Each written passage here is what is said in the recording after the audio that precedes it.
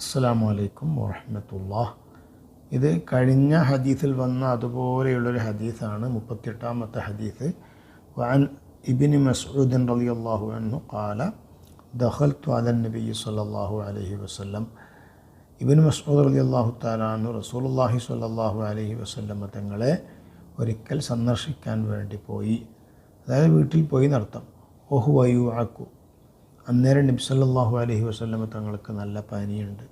ഫഖുൽതു യാ റസൂലല്ലാഹ്, അപ്പം ഞാൻ ചോദിച്ചു, അള്ളാഹുവിൻ്റെ റസൂലെ, ഇന്നക തുഅഖു വഅഖൻ ശദീദ, തങ്ങൾക്ക് അതിശക്തമായ പനിയുണ്ടല്ലോ. ഖാല, നബി തങ്ങൾ പറഞ്ഞു, അജൽ, അതെ, ഇന്നി ഉഅഖു കമാ യുഅഖു റജുലാനി മിൻകും, നിങ്ങളെന്നുള്ള രണ്ടാൾക്ക് പനി ബാധിച്ചാൽ എത്രമാത്രം പനി ഉണ്ടാകും അത്രയും പനി എനിക്കിപ്പോൾ ബാധിച്ചിട്ടുണ്ട്. അപ്പോൾ അതിൻ്റെ അർത്ഥം അതിശക്തമായ വേദന നബി സല്ലല്ലാഹു അലൈഹി വസല്ലം തങ്ങൾക്കിപ്പോൾ അല്ലാഹു തആല കൊടുത്തിട്ടുണ്ട്. അതല്ലെങ്കിൽ ആ ഒരു സമയത്താണ് ഇബ്നു മസ്ഊദ് കയറിയത്.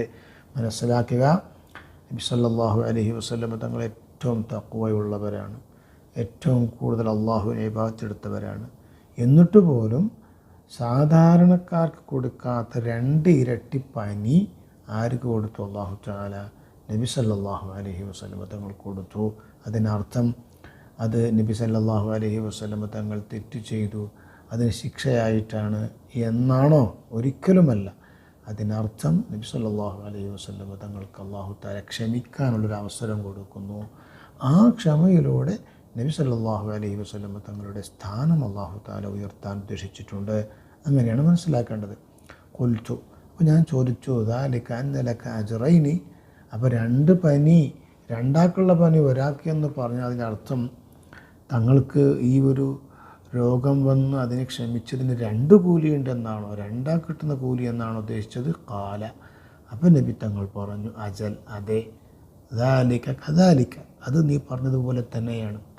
എന്നിട്ട് റസൂലുള്ളാഹി സ്വല്ലല്ലാഹു അലൈഹി വസല്ലം തങ്ങൾ പറയുന്നു, നേരത്തെ പറഞ്ഞതിൻ്റെ ബാക്കിയാണ്, അല്ലെങ്കിൽ അതുപോലെയുള്ളതാണ്.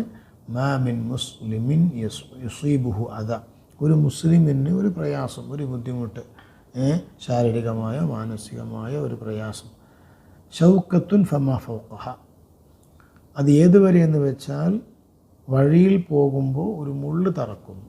ഫമാ ഫൗഖഹ, അതിനേക്കാൾ വലുതോ ചെറുതോ ആയ എന്താണെങ്കിലും, ഇല്ലാ കഫറല്ലാഹു ബിഹാ സയ്യാത്തിഹി, അത് കാരണമായി അവൻ ചെയ്ത തെറ്റുകൾ അല്ലാഹു തആല പുറത്തു കൊടുത്തിട്ടല്ലാതെ. അപ്പോൾ എന്ത് പ്രയാസം ചെറുതോ വലുതോ ആണെങ്കിലും അതുകൊണ്ടൊക്കെ എന്താവും? അല്ലാഹു റബ്ബ് സുബ്ഹാനഹു വ തആല അവൻ്റെ പാപങ്ങളെ പൊറുക്കും.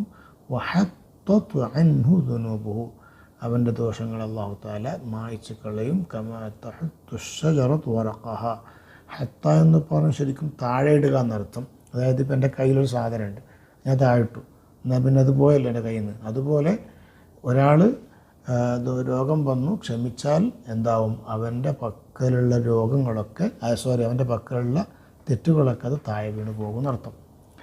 കമാ തഹത്തു ശജറതു വറഖഹ, മരം അതിൻ്റെ ഇലകളെ താഴെ ഇടുന്നത് പോലെ.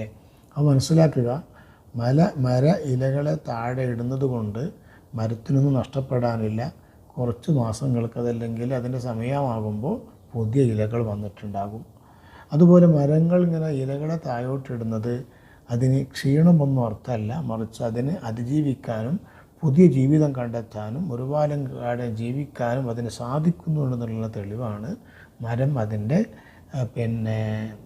ഇലകളെ താഴോട്ടിടുന്നത്. അതുപോലെ തന്നെയാണ് ഒരു മനുഷ്യൻ അള്ളാഹുവിനോട് തൗബ ചെയ്യുക എന്ന് പറഞ്ഞാൽ അതവൻ്റെ വീക്ക്നെസ് അല്ല, അവൻ ഒന്നും കൂടി പുതിയ ജീവിതം നയിക്കാനുള്ള, അതല്ലെങ്കിൽ ഒന്നും കൂടി അവൻ്റെ ഇമ്പ്രൂവ്മെൻറ്റിനുള്ള ഒരു സ്റ്റെപ്പാണ് എന്ത്?